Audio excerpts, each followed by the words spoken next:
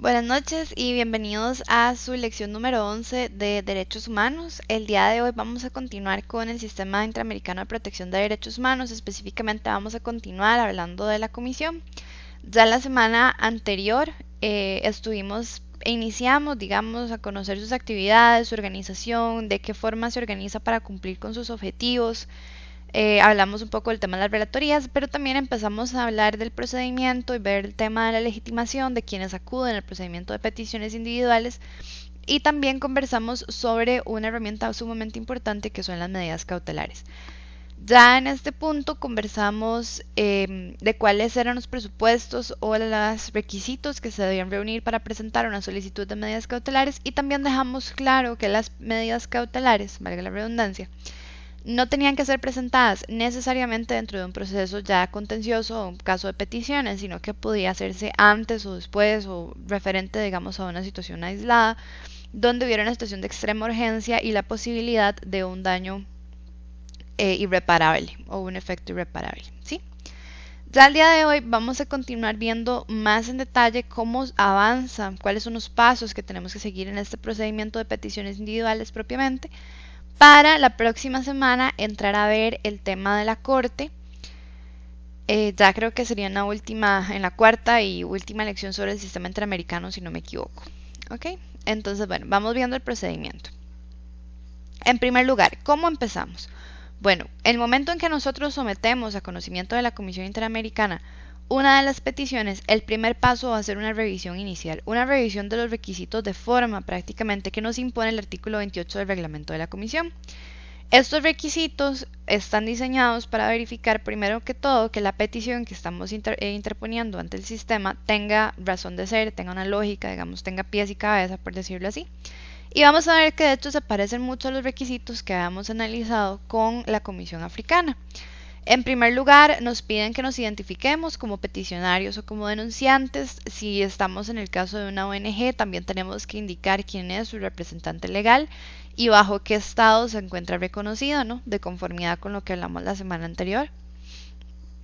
También tenemos que establecer o especificar si deseamos permanecer anónimos ante el Estado, esto por temor a represalias, por ejemplo, podría ser el caso. Si tenemos que justificar, además de indicar si queremos o no permanecer con la identidad reservada, por decirlo así, si tenemos que justificar esta decisión y decirle a la Comisión por qué razón tenemos temor de que el Estado nos conozca. Dentro de estos requisitos de forma también encontramos pues, los medios de notificaciones, ¿no? Tenemos que darle a la comisión forma de comunicarse con nosotros los peticionarios. Tenemos que claramente hacer una relación de los hechos de la violación que estamos denunciando y dar o identificar de una u otra forma a la víctima o el grupo que constituye a las víctimas y las autoridades que han conocido el tema. Este es un punto importante porque no hay que ser necesariamente una lista con nombres, apellidos y números de cédula de las personas que se consideran víctimas. Puede ser el caso, pero también puede ser que tengamos circunstancias en las que precisar la identidad de la víctima puede ser muy complejo. Por ejemplo, en los casos de las personas migrantes que están siendo detenidas, por ejemplo, en los casos de los niños haitianos en República Dominicana. ¿No? Sabemos que esa colectividad existe, que sus derechos están bajo amenaza, que en ese momento están sufriendo, pero puede haber algunas circunstancias materiales que nos impidan realmente poder identificar o poder determinar con precisión quiénes componen ese grupo de víctimas, ¿sí? Entonces puede ser incluso, o se ha dado que la comisión deja los listados abiertos y conforme se van identificando personas, por ejemplo en los casos de masacres o de las guerrillas en Guatemala, conforme las personas se van identificando, se van uniendo de una u otra forma a la lista, ¿no? Obviamente también tienen que rendir cierto tipo de testimonios, elementos probatorios. Ahora, tenemos que especificar, obviamente, cuál es el estado que consideramos responsable o los estados. Se han dado casos en los que los demandados son dos. Creo que Costa Rica tenía uno en el que era demandado junto con Panamá. También tenemos que indicar que estamos dentro del plazo de los 6 meses y demostrar que estamos. ¿A qué se refiere este plazo de 6 meses? Bueno, ahora lo vamos a ver con más detalle, pero básicamente de lo que estamos hablando es de que la persona tiene que agotar los recursos de su país y una vez que obtiene la última decisión a lo interno, tiene 6 meses para poder presentar la petición individual ante el sistema interamericano. O sea, ubíquense por ejemplo en un procedimiento penal. La persona en el momento que llega a casación y recibe la decisión de la casación, que ya es el último de los recursos disponibles, en ese momento podríamos hablar de que agotamos la vía y podemos acudir al sistema internacional. Entonces a partir de ese momento contamos 6 meses para poder hacerlo. Luego tenemos la descripción de las gestiones hechas para agotar los recursos. No tenemos que explicar a qué medios acudimos y de qué forma o por qué no pudimos hacerlo. Y también tenemos que indicar si la denuncia ha sido sometida a otro procedimiento internacional o no. Recuerden que cuando estamos hablando, por ejemplo, del sistema universal, ellos tienen una competencia muy amplia y también pueden pedir, recibir, mejor dicho, peticiones individuales. Entonces, en estos casos, la pregunta que tenemos que hacernos es, bueno, ya se conoció el tema, se conoció exactamente el mismo tema, se conoció de alguna forma distinta, pero básicamente vamos a verificar esto, que el caso no se haya atendido y resuelto ya por algún otro organismo. ¿Ok? Continuamos y luego del trámite inicial, la secretaría pues va a recibir el documento, va a hacer un registro, va a darle una fecha de recepción y va a dar un acuse de recibo a la persona. Ese es el primer paso dentro del procedimiento. Y luego las peticiones van a ser conocidas, o sea, se les va a dar atención conforme han ido entrando. Entonces, si una petición entró hoy viernes 12 de noviembre a las 10 de la noche y luego otra entró a las 10:30 de la noche, bueno, se les va a conocer en ese orden, ¿ok? Hay circunstancias que ameritan dar prioridad a un caso. Y entonces la comisión dentro de su reglamento ha dicho, bueno, normalmente los vamos a conocer en el orden de entrada, pero en determinadas circunstancias se les puede dar prioridad. Y acá tenemos 3 supuestos. Primero, cuando el paso del tiempo pueda privar de efecto útil a la decisión. Por ejemplo, los casos en los que tenemos un adulto mayor o un niño o una niña, y unos dirán, bueno, pero ¿cómo vamos a poner a los adultos mayores o a los niños y las niñas en la misma caja? La realidad del caso es que el impacto de las situaciones que sufra un niño o una niña, por ejemplo el tema de la separación familiar, le da un grado de inminencia bastante fuerte por el efecto que eso puede tener en su desarrollo. Entonces creo que más o menos por ahí es que va la lógica. Y cuando hablamos de las personas adultas mayores, pues claramente está el tema de que no somos eternos, ¿verdad? Entonces más o menos esas son las razones que podemos pensar están detrás de esta excepción. Luego, obviamente, los casos en los que tenemos una persona con una enfermedad terminal y cuando tenemos la amenaza de una pena de muerte encima de nosotros y necesitamos que la situación se verifique antes de que esto suceda. También, y acá les recordaba, recuerden que las medidas cautelares no tienen necesariamente que estar ligadas con un procedimiento, pero pueden llegar a estarlo. Y cuando lo están, o la petición, mejor dicho, se introduce después, a esta petición se le puede dar prioridad para ser conocida por tener conexidad con una medida cautelar o provisional que ya fue otorgada. ¿Ok? Ya hay un reconocimiento de la urgencia, el grave de la inminencia, la posibilidad que los efectos sean irreparables. Entonces en estas circunstancias se vuelve fundamental acudir cuanto antes y que se le dé cuanto antes trámite al procedimiento. Ahora, se habla de situaciones particulares. Tenemos 2 supuestos en los que ya se nos va a aplicar esta excepción, digamos, de oficio. Es en los casos en los que estemos hablando de personas privadas de libertad, ¿no? Ellos tienen una situación que si están, por ejemplo, siendo sometidos a condiciones indignas o tratos crueles o inhumanos, pues hay una situación, esa situación por sí misma amerita que el caso sea tratado con prioridad. Y luego, cuando el Estado muestre interés en un procedimiento de solución amistosa, no se le va a dar prioridad en ese caso porque ahí nos sirve para descongestionar en general el sistema y hay una voluntad de llegar a un arreglo que tal vez no tenga que terminar en la Corte Interamericana. Ahora, la Comisión, esto es un punto que creo que vamos a ver en repetidas ocasiones, trabaja también bajo la lógica que trabajan algunas personas defensoras de derechos humanos y es de hacer de los casos que entran al sistema herramientas estratégicas, digamos, para avanzar los derechos humanos. Entonces, ustedes van a ver que hay algunas ONGs, por ejemplo el Centro por la Justicia y el Derecho Internacional, que ellos son expertos en litigar en el sistema interamericano, pero ellos no van a tomar todos los casos que les lleguen. Primero, no tienen capacidad y segundo, su misión es escoger los casos que puedan tener un impacto significativo sobre la estructura, la sociedad, las políticas, la legislación. Entonces, más o menos bajo esta lógica, La comisión también ha establecido ciertas situaciones donde se le puede dar prioridad a un caso.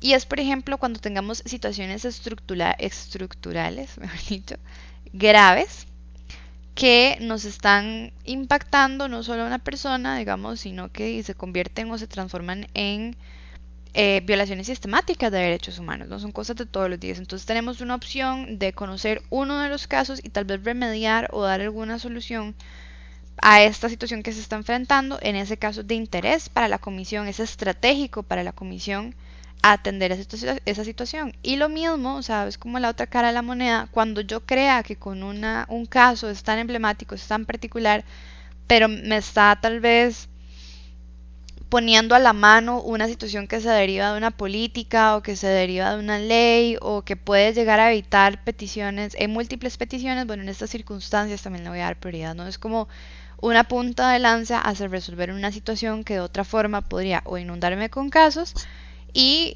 de uno en uno probablemente no vaya a resolver nada, pero si los ataco con esta perspectiva estratégica, sí podría resolver muchas cosas a futuro. Entonces, esas son situaciones que la comisión va a considerar para darle o no prioridad a uno de los casos, ¿ok? Ahora, algunos otros detalles sobre el trámite inicial. La comisión puede acumular o separar los casos. Depende de la descripción de hechos que les estemos haciendo. Si tenemos que se trata de un mismo patrón, situaciones muy similares o las mismas violaciones, puede ser que la comisión decida acumular los casos. O por el contrario, si en una misma petición estamos hablando de dos situaciones y contextos completamente distintos, puede ser que la comisión decida más bien separarlos. Y un punto importante es que si los requisitos no se cumplen de buenas a primeras, la comisión puede llegar o puede solicitar a la persona que lo arregle,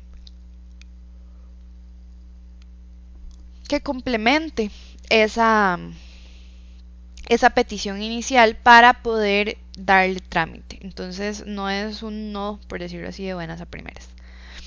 Luego de que pasamos esa revisión inicial, entramos a lo que conocemos como el procedimiento de admisibilidad. Si ya cumplimos con todos los requisitos de forma, la comisión va a tener que valorar primero si tiene competencia y segundo si estamos cumpliendo con los requisitos que nos piden tanto la convención como el estatuto y el reglamento.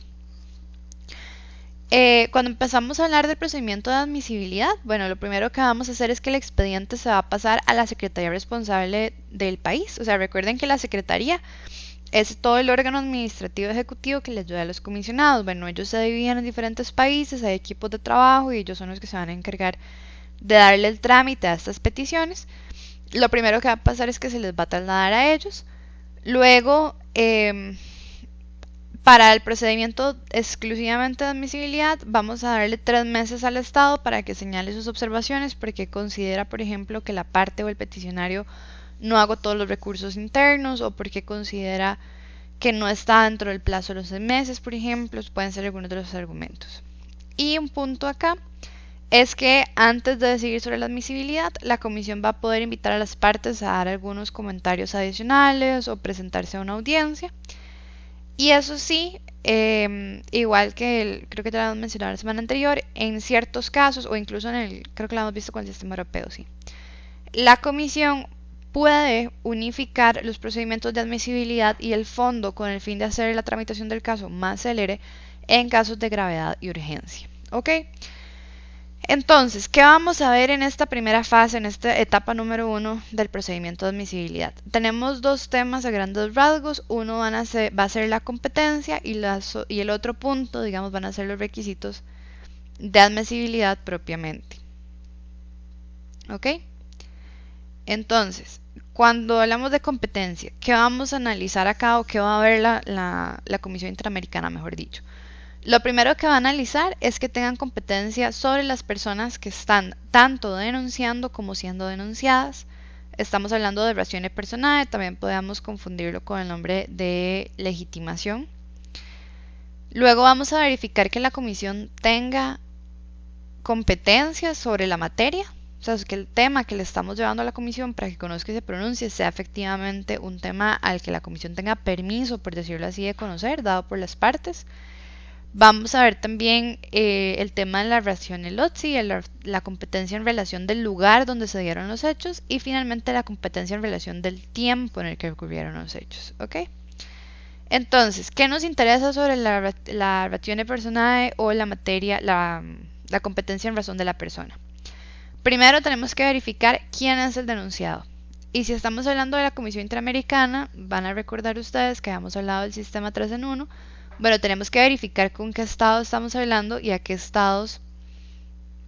convenios, mejor dicho, ha accedido este estado. Podemos decir desde la comisión, bueno, para que yo pueda tener jurisdicción necesito que este estado como mínimo sea parte de la OEA. ¿Lo es, sí o no? Y si lo es, entonces puedo entrar a conocerlo. Luego, si están presentándome una queja sobre el tema del derecho a las desapariciones forzadas, la prohibición, mejor dicho, de las desapariciones forzadas, entonces en esas circunstancias también tengo que verificar que el Estado sea parte de esta convención, ¿ok? Otro punto es que no hay competencia en relación con abusos cometidos por terceras personas, ni por fuerzas armadas o fuerzas revolucionarias. ¿Qué quiere decir esto? Bueno, que normalmente es un Estado al que yo voy a demandar. Recuerden que los derechos humanos son compromisos que los Estados adquieren a nivel internacional frente a sus pares. Ellos se comprometen a dar un determinado trato a las personas que habitan en su jurisdicción. Entonces, el único que puede ser parte de esta convención es un Estado y como tal no hay competencia en relación a los abusos que cometan terceros. ¿A dónde sí habría competencia? Por ejemplo, bueno, por no haber tal vez supervisado la conducta de un tercero al que le delegamos una conducta. Ahí podríamos establecer algún tipo de vínculo con el gobierno o con el Estado de turno. Ahora, la comisión también va a tener la obligación de verificar su competencia, o sea, su capacidad de conocer el caso en relación con quien denuncia. Esto ya lo habíamos hablado la semana anterior, lo vimos más como un tema de legitimación y hablamos de que en el sistema interamericano básicamente cualquier persona o grupo de personas o organización no gubernamental legalmente reconocida en algunos de los miembros de la OEA puede presentar a la comisión peticiones en su propio nombre o el de terceros. Y habíamos hablado que para esto no requeríamos el consentimiento de la víctima, no requerimos ninguna condición especial y que las organizaciones en general no deben estar necesariamente registradas porque también podrían actuar como un grupo de personas, ¿no? Y ya ahí tendrían legitimación suficiente. Sin embargo, también ha habido ahí algunos fallos interesantes y creo que como nos habían comentado los compañeros que expusieron el tema de la libertad de expresión, también hemos reconocido la capacidad de los estados, mejor dicho, de las personas jurídicas de demandar ante el sistema interamericano. Y ese es el punto al que quería ir. En este caso, digamos, acá estamos viendo el parrafito de jurisprudencia en el que nos dicen, en el caso Castillo Petrucci, que no es necesario que la organización esté reconocida, ¿no? Que al final de cuentas la organización puede resumirse en un grupo de personas y como tales tendrían suficiente legitimación para acudir al sistema. En el caso de las personas jurídicas, que es el otro supuesto que nos toca estudiar también en esta parte sobre la competencia de la comisión, es un desarrollo que se ha hecho bastante interesante. Acá les puse algunos extractos del caso de Cantos versus Argentina, en el que la Corte entra a analizar si una persona jurídica puede acudir al sistema o no. Y en parte la Corte hace un análisis de hecho bastante interesante, los invito a leer las excepciones preliminares y también la sentencia por el fondo, donde nos dice que a final de cuentas las normas que nosotros creamos siempre se nos van a aplicar a una conducta humana, o sea, siempre estamos hablando de una persona, a pesar de que pueda llegar a constituirse una sociedad con el fin de hacer una ficción y separar la responsabilidad, ¿no? Entonces acá nos dice, por ejemplo, el derecho ofrece al individuo una amplia gama de alternativas para regular sus conductas con otros individuos y para limitar su responsabilidad.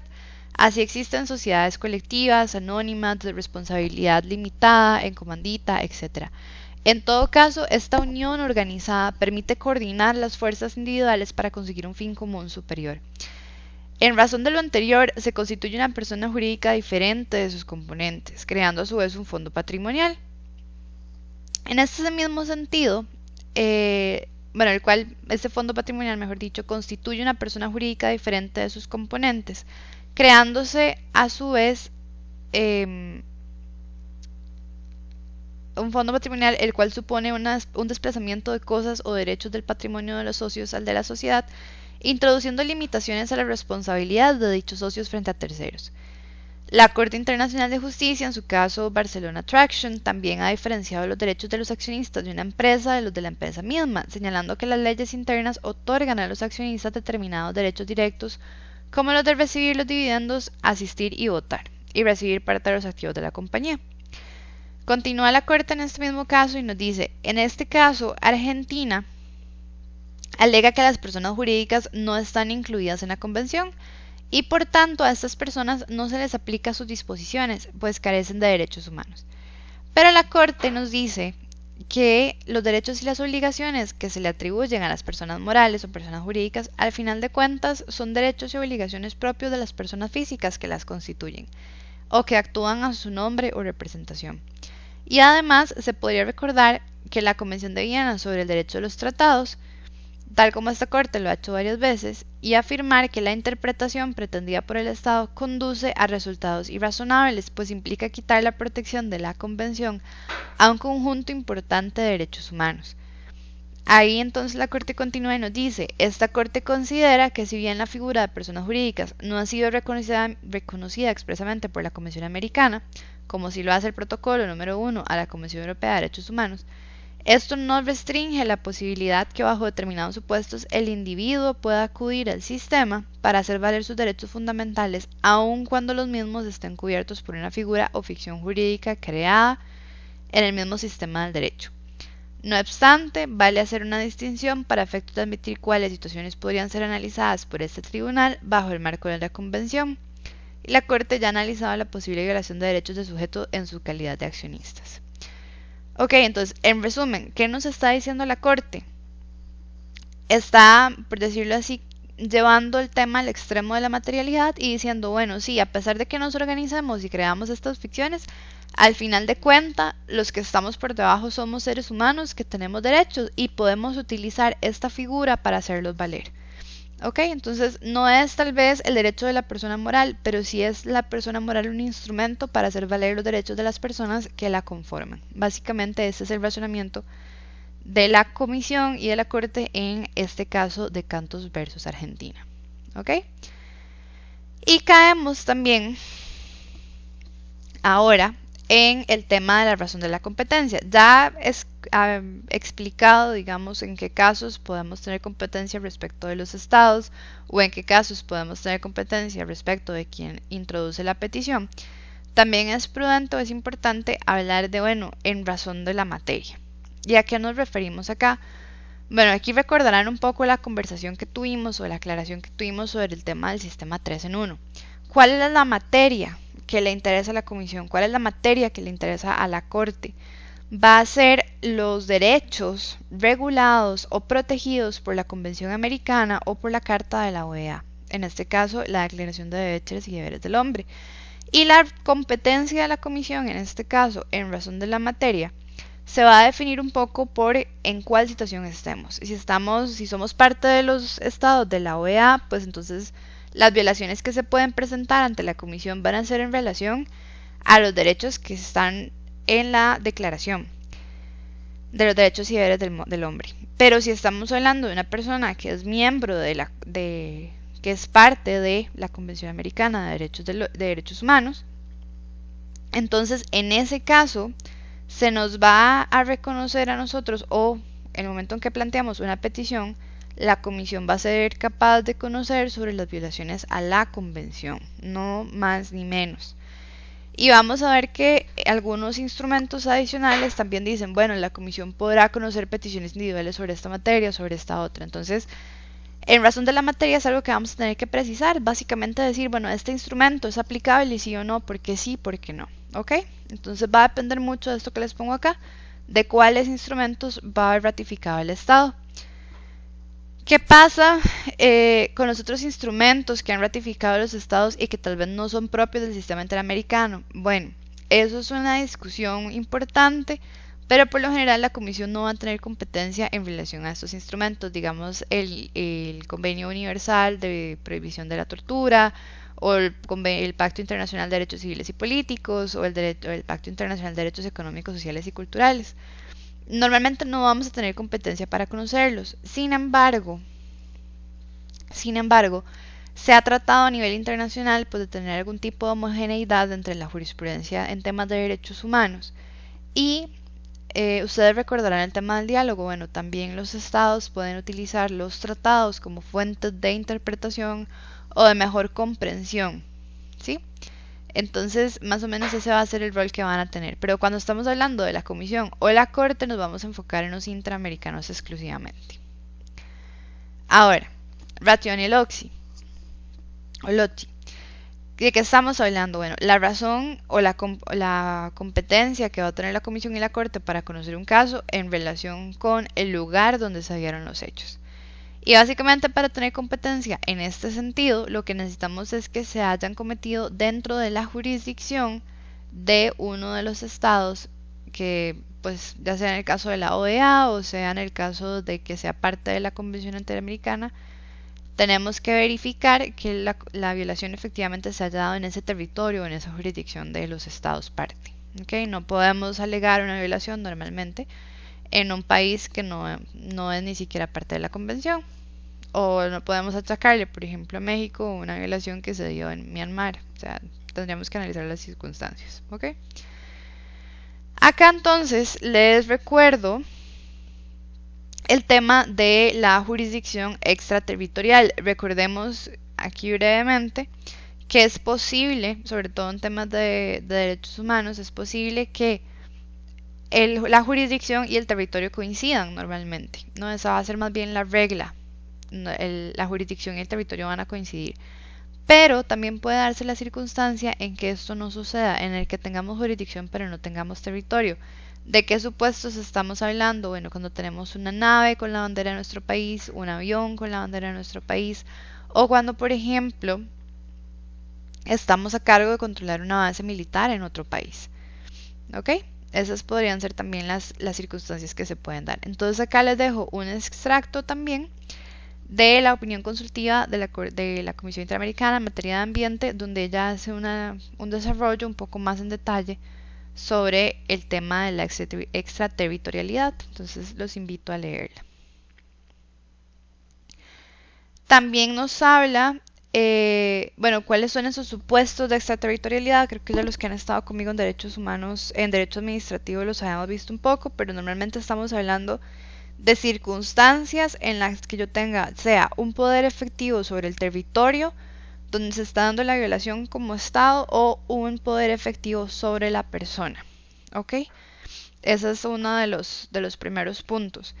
Sin embargo, la Comisión y la Corte Interamericana también han reconocido la posibilidad de que haya responsabilidad por actitudes, digamos que tal vez iniciaron dentro de mi país, pero tienen un efecto en otro lugar. ¿Ok? Entonces esos daños transfronterizos, por ejemplo, o esos daños que se causan a comunidades fuera de mi territorio también podrían caer dentro de esa competencia LOTI que estábamos hablando. ¿Ok? Ahora, acá, bueno, les dejé varios párrafos. Creo que esta semana sí voy a subir la presentación porque sí me interesa que los lean, pero son extractos donde la Corte precisa cuáles son esas circunstancias de extraterritorialidad que podemos tener cuando estamos hablando de control, de poder, cuando estamos hablando también de las naves, como les comentaba, cuando también hablamos de algunas delegaciones diplomáticas, por ejemplo, también podría ser el caso. Y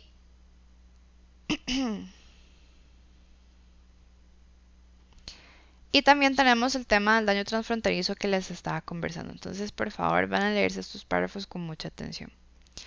Luego pasamos a hablar de la competencia en razón del tiempo. Y acá hay un tema interesante. Digamos, normalmente cuando nosotros estamos hablando de las reglas de la competencia, vamos a encontrar como situaciones tal vez un poco limítrofes. Entonces, esta es realmente muy sencilla. La regla es que la Comisión o la Corte van a ser competentes para conocer de las violaciones de derechos humanos que se hayan dado después de la ratificación del instrumento o de la entrada en vigor, dependiendo de qué circunstancias estemos. Una vez el documento, la convención como tal, sea aplicable, a partir de ese momento todo lo que suceda en mi territorio puede pasar por la Convención Interamericana, por la Comisión. Pero ha sucedido que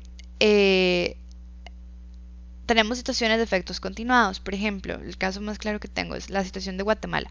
Guatemala tuvo un conflicto armado que se extendió desde los años 90 desde los años 80, no más, desde los años 50 prácticamente, hasta los años 90. Fue un conflicto terrible de muchísimo desgaste donde murió muchísima gente. Y en teoría, las cosas que se dieron durante este régimen militar que hubo en Guatemala no deberían ser susceptibles de ser conocidas por la Comisión, porque en general los instrumentos entraron en vigor después de estas épocas. Pero ¿qué sucede? Por ejemplo, bueno, la Comisión ha asumido la teoría, la doctrina, de que si una violación tiene efectos continuados en el tiempo, puede llegar a ser conocida por el sistema, aunque cuando inició el sistema todavía no estaba en vigor, o sea, la convención todavía no estaba activa. Y en estos casos, por ejemplo, ¿cuáles podemos ver? Yo creo que para mí los más emblemáticos o los que siempre se me quedan grabados son las desapariciones forzadas. ¿Por qué? Porque una desaparición forzada se actualiza todos los días. Las desapariciones forzadas se han catalogado incluso como tortura para los miembros o para los familiares de las personas que son desaparecidas. Porque al no tener un cuerpo, las personas no logran hacer ese cierre que hay que hacer cuando uno tiene que despedir, digamos, a algún familiar. Entonces, en estas circunstancias, la comisión, por ejemplo, ha dicho, bueno, la desaparición forzada se actualiza todos los días, sus efectos se sienten todos los días, porque usted como familiar nunca tiene ese cierre, nunca puede aceptar y porque no sabe qué le pasó a esa persona, no sabe si murió, no sabe si está viva, no sabe si va a volver algún día. Entonces, ese es el mejor ejemplo. Cuando estamos en estas circunstancias, aunque la violación, o sea, aunque la desaparición forzada como tal se diera antes de la entrada en vigor de la convención, puede ser que la comisión y la corte entren a conocer el tema porque los efectos de la violación se materializan todos los días. Mismo en el caso de las leyes de amnistía, si yo tengo un instrumento legal que me impide todos los días acceder a la justicia, bueno, todos los días se actualiza esa violación. ¿Ok? Tienen que tener en cuenta también las competencias de la Carta o las estatutarias. ¿A qué me refiero a esto? Bueno, que si la convención entró en vigencia en el 78, si no me equivoco, pero yo era parte de la Organización de Estados Americanos desde los años 60 y ya en los 60 tengo una denuncia por una circunstancia que pasó en esa época, bueno, podrían aplicarme o entrar a conocer el caso en virtud de las obligaciones que me da la Carta de la Organización de Estados Americanos. Entonces, por eso siempre hay que tener tan presente ese 3 en 1. ¿Ok? ¿Qué otros requisitos se van a evaluar durante este procedimiento de admisibilidad? Bueno, en primer lugar, la comisión va a verificar que hayamos agotado efectivamente los recursos internos, que cumplamos con el plazo de presentación, el cual está muy ligado con el tema de los recursos internos, que no haya una litispendencia ante otro sistema internacional, que no haya cosa juzgada, sea ante la comisión o ante otro sistema internacional, y que la denuncia que estamos presentando no sea manifiestamente infundada. ¿Ok? El agotamiento de los recursos internos es una de las fases para mí más interesantes del procedimiento ante la comisión y es uno de los espacios donde hay más, digamos, litigios, idas y venidas y hay más posibilidad de argumentación. Entonces, vamos a analizar un poco, bueno, qué implica y qué circunstancias se necesitan para agotar efectivamente estos recursos. En primer lugar, la lógica detrás de esta regla es que el derecho internacional, cuando estamos hablando de remediar situaciones o remediar violaciones de derechos humanos, el derecho internacional es un derecho subsidiario. Es la última ratio, la última opción. Y por lo general lo que se dice es que tenemos que los estados son los primeros obligados en cumplir con sus obligaciones de derechos humanos. Entonces, el darles la posibilidad de que se agoten los recursos internos implica primero reconocer o darle la posibilidad a mi país de remediar la situación. ¿ok? No necesariamente a mi país, el Estado que esté violando mis derechos. Si ya yo le di la oportunidad y aún así el Estado no acató o no arregló la situación de ninguna forma, bueno, en esas circunstancias entonces tengo derecho a acudir al sistema subsidiario, que va a ser el sistema interamericano. Y entonces, vamos a empezar a analizar. Punto número 1. ¿En qué momento tienen que estar los recursos agotados? ¿Al momento de que yo presento la petición o al momento de admitir la petición? Y eso es un punto clave porque considerando los tiempos que se manejan en el sistema interamericano, lo mucho que a veces duran las peticiones en transitar desde la comisión hasta la corte, por ejemplo, tomando todas estas consideraciones, es sumamente clave tener presente que tienen que estar agotados al momento de la admisión. Ustedes vieron que para llegar a este punto donde estamos analizando el requisito de admisibilidad, tuvimos que pasar por una fase previa donde la Secretaría Ejecutiva nos analizaba, comprobaba que cumpliéramos con los requisitos de forma. Si no los cumplíamos, entonces nos devuelven el documento para que lo completemos y luego nosotros devolvemos con observaciones, etcétera, hasta que finalmente entramos a la etapa de admisión. Y en este punto es donde se va a analizar si los recursos se agotaron o no. Ahora, ¿de qué tipo de recursos estamos hablando? Si yo estoy hablando de una violación de derechos humanos, tengo que ir al procedimiento penal, tengo que ir al procedimiento administrativo, tengo que ir al procedimiento constitucional, tengo que ir a los tres o tengo que ir solo a uno. O bastaría con poner una queja, por ejemplo, ante un sistema administrativo. Bueno, acá el reglamento y la doctrina nos da una serie de pautas. ¿Qué tipo de recursos tenemos que agotar? Primero, recursos jurisdiccionales. Recuerden que la jurisdicción o las cortes son las que hacen el control de estos derechos o poderes de la administración central. Entonces, primero tienen que ser jurisdiccionales, en segundo lugar no tenemos que agotarlos absolutamente todos, eso no tiene ningún sentido, sino que tenemos que agotar los ordinarios, los extraordinarios no son una obligación. Por ejemplo, si yo tengo que, ya demandé al Estado y me negaron las cosas y yo además pongo un recurso de revisión, bueno, la revisión no es una obligatoriedad para el sistema interamericano, solamente los recursos ordinarios. Y finalmente, los requisitos o los recursos, digamos, tienen que cumplir con tres condiciones. Primero, tienen que ser capaces de remediar la situación jurídica. Y en segundo y tercer lugar, tienen que ser recursos adecuados y efectivos. Ya la comisión y la corte se han dado la tarea de definirnos qué implica que un recurso sea adecuado o efectivo. Ok, entonces acá también les puse algunos párrafitos sobre este tema. Y primero nos dicen, bueno, la regla del agotamiento tiene implicaciones que están presentes en la convención. En primer lugar, los estados se obligan, y eso es un punto importante, y realmente me parece muy lindo esta reflexión de la Corte. O sea, la regla del agotamiento existe, ¿por qué? Porque los estados tienen la obligación de suministrar recursos judiciales efectivos. Los encontramos en el artículo 25. Tienen que ser recursos que cumplan con las normas del debido proceso, o sea, con el artículo 8.1. Y todo esto entra dentro de la obligación general a cargo de los mismos estados de garantizar el libre y pleno ejercicio de los derechos reconocidos por la Convención a todas las personas. Es decir, la contracara de esta regla de los agotamientos de recursos internos es esa obligación que tiene el Estado de por sí de proveernos de ellos. ¿Ok? Y luego continúa la Corte diciéndonos, cuando se invocan ciertas excepciones a la regla de no agotamiento de los recursos internos, como la inefectividad o la inexistencia, no solo se está alegando que el agraviado no está obligado a interponer los recursos, sino que además está diciendo el Estado que está incumpliendo con sus obligaciones. Ok, esto como una explicación preliminar. Luego la Corte nos elabora también en este caso de Godínez Cruz y nos dice, bueno, ¿qué implica que un recurso sea adecuado? En primer lugar, que es la función de esos recursos dentro del sistema del derecho interno tiene que ser idónea para proteger la situación jurídica infringida. En todos los ordenamientos internos existen múltiples recursos, pero no todos son aplicables en las circunstancias.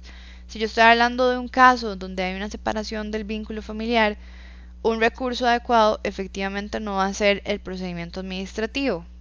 Normalmente tenemos un procedimiento del Tribunal de Familia, que es el que va a ver el tema y que va a tener una lupita diferente que la que va a tener el juez de familia para conocerlo. ¿Ok? Si en algún caso específico un recurso no es adecuado, pues no hay que agotarlo.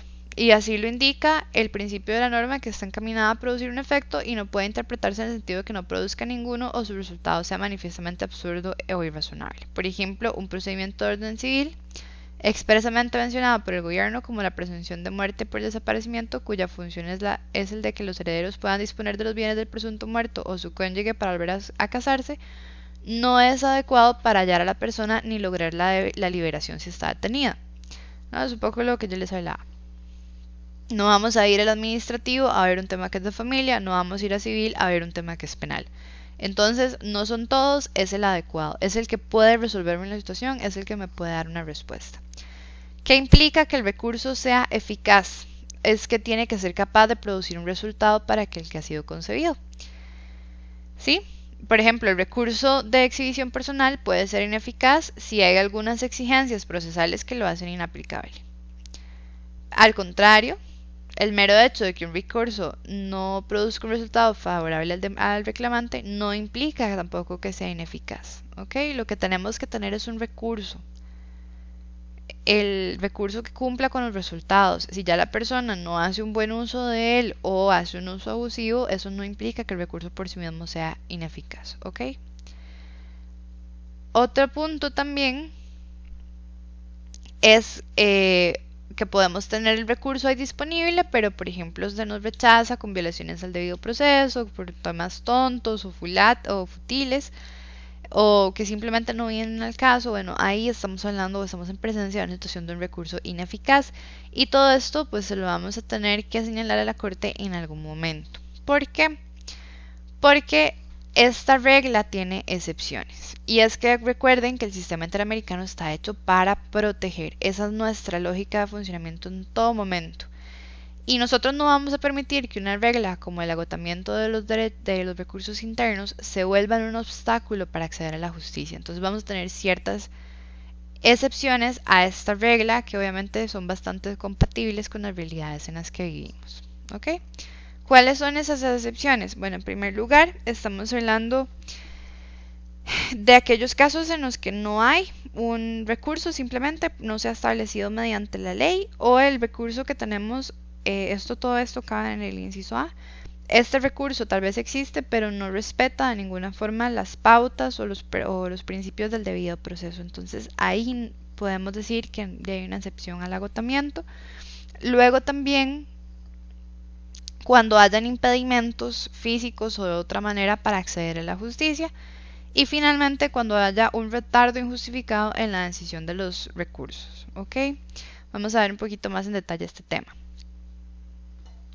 Lo que quiero ilustrarles acá realmente es cuando, digamos, podríamos encontrarnos en alguno de los supuestos de este inciso A o este inciso B de las excepciones. Siempre les voy a decir, la recomendación es ir a ver, aprender, por decirlo así, de la jurisprudencia de la Comisión y la Corte. Siempre son la mejor escuela sobre el propio sistema, obviamente. Pero, por ejemplo, acá hay un resumen de algunos casos o algunas situaciones que ya se han dicho, bueno, esto entra dentro de este supuesto. Cuando hay una falta del proceso, digamos, del debido proceso legal para proteger los derechos violentados, estamos dentro del supuesto del inciso A. O sea, que no hay recurso, o sea, que simplemente no existe, o que el recurso exista, pero no se nos están respetando las garantías. Entonces, algunos ejemplos o supuestos que caben dentro de esta línea. Cuando no se están observando las garantías judiciales propias de la Administración de Justicia. Por ejemplo, no tenemos un juez imparcial, o no se nos está garantizando el derecho de defensa, o no se nos está garantizando el derecho a ser escuchados, podrían ser circunstancias. Luego, las que les comentaba, el recurso simplemente no existe, o faltan medios para acceder al procedimiento. Por ejemplo, somos personas que no tenemos recursos, que no tenemos capacidad de pagar un abogado, entonces no podemos acceder al sistema legal. Bueno, el sistema interamericano en esas circunstancias no nos va a obligar tampoco a agotar los recursos. Cuando, por ejemplo, hay un ambiente de temor generalizado, ningún abogado o ninguna persona nos quiere llevar el caso, nos quiere representar, bueno, y esto nos impide acceder al sistema judicial, bueno, ahí no existe este recurso, no hay un debido proceso legal. Y también situaciones en las que por alguna razón se interrumpa el funcionamiento de los tribunales, digamos, en el caso de algún golpe de Estado, Por ahí hay algunos ejemplos de Perú donde el Poder Judicial estuvo ahí en reorganización y luego fue tomado por algunas personas. Bueno, en esas circunstancias, cuando simplemente los tribunales no están operando, pues obviamente el recurso no existe y no estamos obligados a agotar los recursos internos. No podemos ir de forma directa al sistema interamericano. Un punto importante acá, para este y para el próximo. El Estado es el que tiene la carga de la prueba. Entonces, cuando el Estado viene a defenderse de estos alegatos o de estas acusaciones, y yo vengo a decirles de comisión, la verdad es que en mi país el recurso no existe o fue imposible porque siempre que iba a la corte no me querían recibir o la persona que me recibió me dejó por fuera por razones muy tontas o no fue imparcial en absoluto. El Estado tiene que probar que, por ejemplo, los recursos existen, señalar cuáles son esos recursos idóneos y esos recursos adecuados y efectivos que la persona no está accionando antes de acudir al sistema interamericano. Entonces puede ser incluso que sea el caso que si el Estado no alega esto en tiempo y no señala y no identifica estos recursos, pues la admisibilidad simplemente se va a dar. Ahora, inciso B, ¿de qué hablamos cuando estamos hablando de la falta de acceso a los recursos disponibles? Bueno, acá el recurso existe, pero hay muchas circunstancias, impedimentos físicos, circunstancias objetivas o subjetivas, por ejemplo, que me estén atemorizando, que me estén amenazando, que tenga miedo, por ejemplo, a sufrir represalias, que se hagan modificaciones extrañas a la investigación, se pierdan pruebas, el expediente se archive, o sea, como que hay toda una motráfula a nivel interno que me impide el acceder realmente al recurso. Podemos hablar también, por ejemplo, de un contexto ya de por sí conocido de que los recursos son inefectivos. Se me ocurre acá el tema de violencia doméstica, ¿no? Ya se sabe, por ejemplo, en Honduras o incluso en nuestro país, que a pesar de que tenemos medidas cautelares, los casos de violencia doméstica siguen en aumento, por más que yo vaya donde el juez, etcétera. Mi vida siempre va a estar en peligro y puede ser que en algún momento terminemos con un femicidio. Entonces, en esos contextos yo puedo decirle al sistema interamericano, de ahí no, o sea, realmente no voy a hacer nada con tratar de agotar los recursos porque ya sabemos que los recursos no sirven, ¿ok? Y luego, un poco también al que hablábamos, que tengo un temor fundado a interponer la denuncia del recurso porque estaba recibiendo amenazas o estaba recibiendo violencia de parte de la persona, del gobierno o de un tercero. La última excepción al agotamiento es cuando hay un retardo injustificado en la decisión. Ahí pues el análisis va a ser un poco más casuístico. Vamos a tener que determinar cuándo, digamos en el caso de Costa Rica, difícilmente, de hecho ya nos ha pasado que no, o sea, puede ser que una investigación dure 2, 3 años, pero Costa Rica tiene que ser capaz de demostrar en qué se utilizó ese tiempo y por qué esto no es injustificado. ¿Ok? Injustificado puede ser de que se perdieron las cosas, que dejaron el expediente dormir el sueño de los justos, que a nadie le interesa llevarlo a juicio, entonces simplemente lo tienen ahí dando vueltas y nada, que nadie resuelve nada y a nadie le interesa resolver nada. ¿Ok? Entonces, esos serían las 3 excepciones al agotamiento de los recursos internos. ¿Qué otros requisitos va a analizar la comisión? Bueno, hablábamos del plazo de los 6 meses. Ya una vez hayamos hecho todo el proceso o todos los pasos para agotar los recursos, vamos a contar 6 meses desde ese momento y si en esos 6 meses yo no presenté la petición, pues difícilmente me la van a aceptar. Sin embargo, hay algunas excepciones y es el caso que hablábamos de las violaciones continuadas o cuando no haya una obligación de agotar recursos. O sea, que si estoy en uno de los supuestos de las excepciones, obviamente el plazo de los 6 meses no va a contar. ¿Ok? Ausencia de litis pendencia. Este es el otro requisito de admisibilidad que vamos a verificar. Es lo que conversamos. Tenemos diferentes sistemas de protección internacional que conviven, que dialogan, que se hablan, que se saludan, pero que no pueden majarse la cola. Entonces, van a respetarse mutuamente. Si hay un caso que está pendiente, no lo vamos a conocer. Sin embargo, hay algunas excepciones. Y esto es bastante interesante, me parece que muy particular de la comisión. Y lo que dice la comisión es que, primero, no me voy a inhibir si el conocimiento, la litis pendencia o el otro órgano que va a conocer sobre el tema no va a entrar a conocer los hechos específicos. Si solo vamos a hacer un recuento general, un informe, un análisis, pero no voy a determinar si hay o no hay responsabilidad, entonces en ese caso el sistema interamericano sigue conociendo. El otro supuesto es cuando el peticionario ante el sistema interamericano sea la víctima o un familiar de la víctima y en el otro sistema sea un tercero sin relación con la víctima. Entonces aquí es como una especie de reconocimiento que hace el sistema interamericano a las víctimas como dueños de sus casos. Ahora, ya para terminar, los otros requisitos de admisibilidad, estamos hablando de que no haya cosa juzgada. Cuando hablamos de cosa juzgada, acuérdense que estamos hablando de identidad de personas, de identidad de hechos.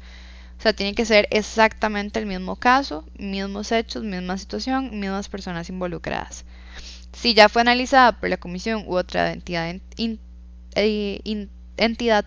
internacional, no vamos a entrar a conocerlo o se va a declarar el caso inadmisible. Y finalmente, que no me estén pidiendo algo sumamente descabellado. O sea, la petición tiene que ser manifiestamente fundada, no puede ser cualquier cosa. Ahora, hay un punto acá muy importante, es por el tema de los estados. Puede darse el caso, sobre todo cuando la comisión decide juntar la decisión de admisibilidad con la decisión del fondo, puede darse la situación de que el estado, la comisión, no emita el informe de admisibilidad. Entonces, ya los estados se han quejado al respecto y lo que ha dicho la Corte es, bueno, vean, no se necesita el informe de admisibilidad. Si le están dando trámite, asumimos que pasó, pero lo que sí es indispensable es la declaración de inadmisibilidad del caso. Ahí sí no nos podemos quedar con la duda. Teniendo en cuenta ya el procedimiento, los requisitos de admisibilidad, vamos a ver propiamente ya el paso a paso de una petición dentro de la comisión. Lo primero es lo que conversábamos, ¿no? Recibimos la petición inicial, se hace una revisión de forma, de conformidad con los requisitos que les narré. Una vez se considera que el caso pasa esa primera revisión, se traslada al Estado y se le dan 3 meses para que él haga observaciones sobre la admisibilidad. Si necesita una prórroga, se le puede dar un mes más, no podemos excedernos de 4. Luego, el Estado podrá dar paso a observaciones adicionales, va a tener un mes para contestar, digamos, realmente las dos partes, la comisión puede decir o invitar a las partes a hacer observaciones adicionales y les va a dar un mes como para hacer esa réplica. Y también, una vez que ya completemos la información, vamos a emitir un informe de admisibilidad. Estos informes van a ser públicos, punto importante. Segundo paso. Cuando ya el caso se admite, ya pasa todo este análisis previo que estábamos comentando, vamos a darle 4 meses al Estado para que comenten sobre el fondo. Y presenten, para básicamente presentar su respuesta. Se le pueden conceder prórrogas a los estados, pero un punto importante es que no se puede exceder de los 6 meses, entonces la prórroga va a ser un máximo de 2 meses. En casos de gravedad y urgencia aplica un plazo razonable. ¿Qué quiere decir esto? Que la comisión le va a decir al Estado, hey, esto es demasiado urgente, es muy grave, es una situación que necesitamos atender ya. Entonces no tengo tal vez estos 6 meses que normalmente podría darle.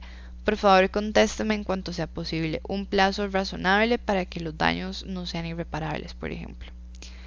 Y luego, antes de ya recibidas, digamos, estas comunicaciones por escrito, tanto de la parte como del Estado denunciado, la comisión puede decidir si va a hacer audiencias o si necesita información adicional por escrito, pero también puede ofrecer sus buenos oficios para realizar un procedimiento de solicitud de solución amistosa.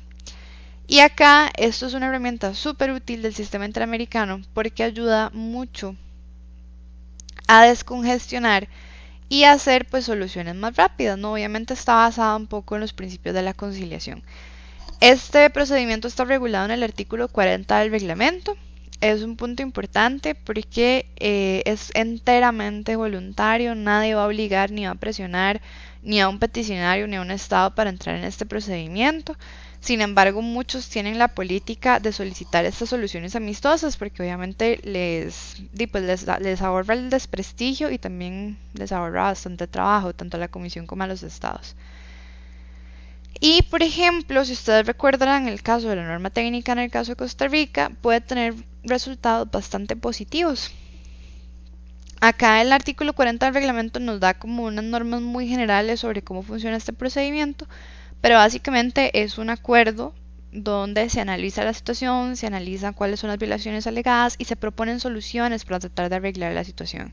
Entonces, en el caso de Costa Rica, nos estaban demandando por situaciones de violencia obstétrica, por sufrimientos causados a las madres, por la falta de un derecho a aborto, y en lugar de llegar a imponernos una sentencia a la Corte Interamericana, Costa Rica entró en una negociación con las partes quienes dijeron, bueno, para mí la reparación idónea es esta, y si ustedes la ven, no es un tema de platas, más bien, por ejemplo, en el tema de la norma técnica, fue una situación mucho más integral, más con miras a modificar las políticas o modificar la legislación del Estado en ese momento. ¿Ok? Entonces, más o menos ese son el tipo de soluciones que vamos a ver y que vamos a obtener. Yo también tuve contacto con otro caso, por ejemplo, de personas con discapacidad y recuerdo que las soluciones que se estaban proponiendo eran mecanismos o programas de más autonomía, de oportunidades laborales para personas con discapacidad, mejoras en las condiciones de los centros psiquiátricos, entre otras cosas. Entonces,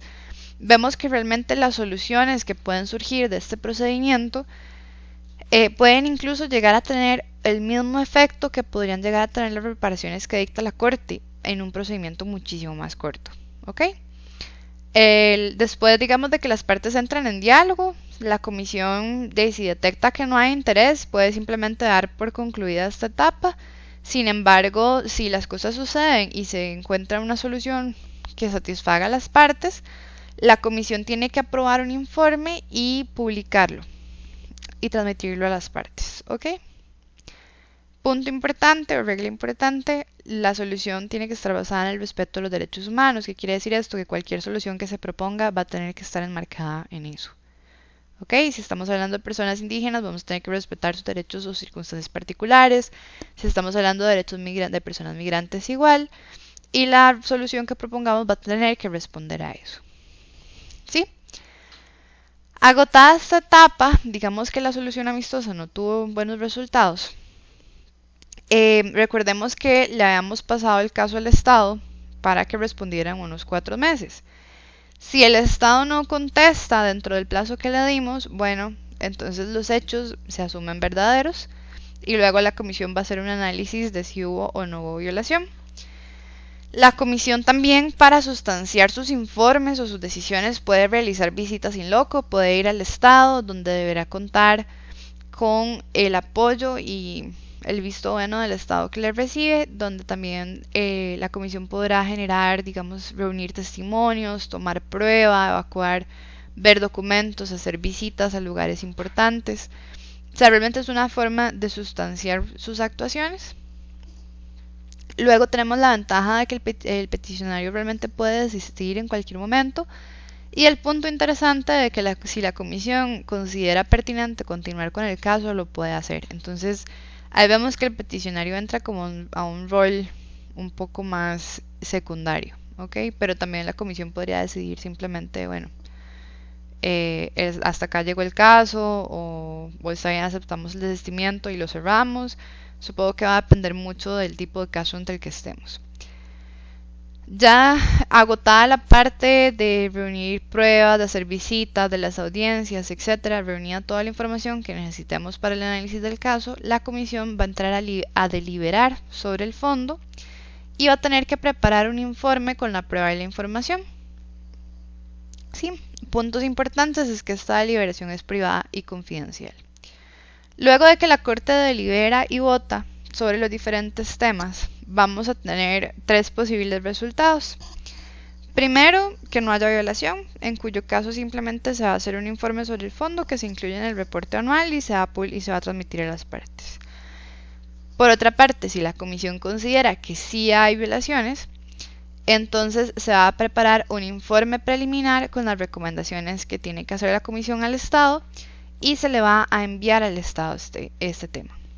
Y se le va a dar un plazo para que cumpla con las medidas adoptadas, o sea, con las medidas recomendadas y ver si las pudo adoptar o no, qué sucedió, etc.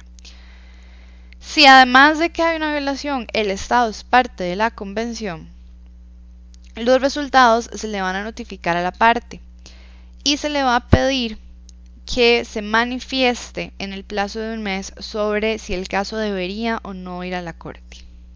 ¿Ok?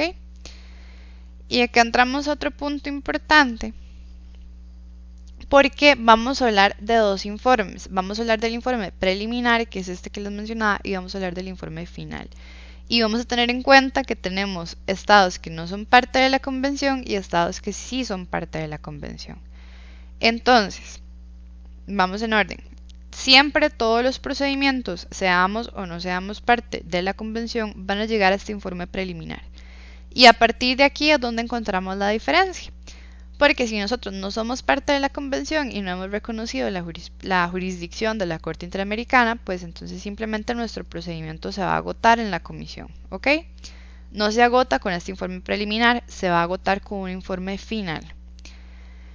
Si somos parte de la convención, es posible que en mi caso sufra dos caminos, o se quede en la comisión o vaya a la Corte, ¿ok? Entonces tenemos que tener eso muy claro. Ok, volvamos a este presupuesto. Hacemos el informe preliminar y la comisión le hace las recomendaciones al Estado y dependiendo de si somos o no parte de la comisión, nos va a preguntar si tenemos o no interés en ir a la corte. Ok, si el Estado al que se le envió el informe preliminar no responde o no atiende a esas recomendaciones en el plazo de 3 meses, y en ese plazo de 3 meses no se ha tomado la decisión de mandar el caso a la Corte Interamericana, entonces básicamente el caso se va a cerrar en la comisión. Y estos son los pasos que siguen. El Estado no responde, la comisión entonces va a adoptar un informe definitivo donde van a tener las conclusiones finales y sus recomendaciones. Se va a transmitir a las partes, quienes van a tener un plazo para rendir información sobre el cumplimiento de las recomendaciones. Luego la comisión va a evaluar el nivel de cumplimiento y decidir si se publica o no se publica el informe en cuestión.